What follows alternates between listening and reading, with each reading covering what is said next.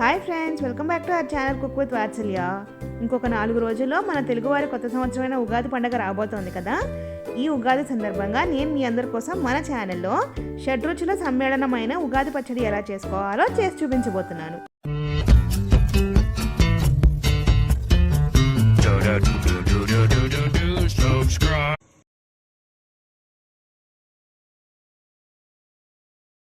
ముందుగా దీనికి కావాల్సిన పదార్థాలు: వేప పువ్వు, మామిడి పింద ముక్కలు, కొత్త చింతపండు, బెల్లం, ఉప్పు, కారం. ముందుగా ఒక బౌల్లోకి పెద్ద నిమ్మకాయ సైజ్ అంత చింతపండును తీసుకుని అందులోకి 1/2 గ్లాస్ నీళ్లు పోసుకుని చింతపండుని ఉండలా ఉంచేయకుండా కాస్త విడిగా చిన్న ముక్కలుగా చేసుకుని అరగంట పాటు నాననివ్వాలి.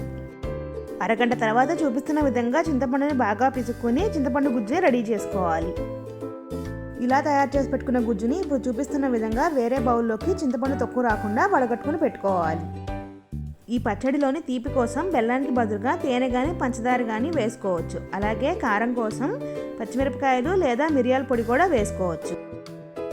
ఇలా వడకట్టుకున్న చింతపండు గుజ్జు మరీ చిక్కగా ఉందనిపిస్తే కనుక ఇప్పుడు ఇందులోకి కాస్త నీళ్లు పోసుకుని పల్చన చేసుకోవాలి.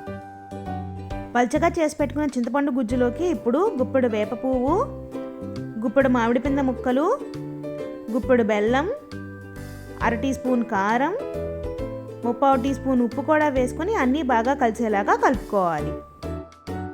ఇలా అన్నిటినీ సమపాలల్లో వేసుకుని కలుపుకుని తయారు చేసుకుంటే ఉగాది రోజు నైవేద్యంగా పెట్టుకోవడానికి ఉగాది పచ్చడి తయారైనట్లే. ఇది ఎంతవరకు నిజమో నాకు తెలియదు కానీ ఉగాది రోజు పచ్చడి తిన్న తర్వాత ఈ 6 రుచుల్లో ఏ రుచి అయితే మనకు మొదటిగా తెలుస్తుందో ఆ సంవత్సరం అంతా మన లైఫ్ అలాగే ఉంటుందని చాలామంది నమ్ముతారు. మీరు కూడా అలా నమ్మినట్టయితే కనుక మీరు పచ్చడి తిన్న తర్వాత మీకు ఏ రుచి మొదటిగా తెలిసిందో నా కమెంట్ సెక్షన్లో కమెంట్ చేసి చెప్పండి. అలాగే మీకు నా రెసిపీస్ కనుక నచ్చినట్లయితే do like, share and don't forget to subscribe our channel cook with Vatsalya. Okay friends, వచ్చే గురువారం మరొక కొత్త రెసిపీతో మీ ముందుకు వస్తాను. Until then enjoy tasty food and take care. Bye bye.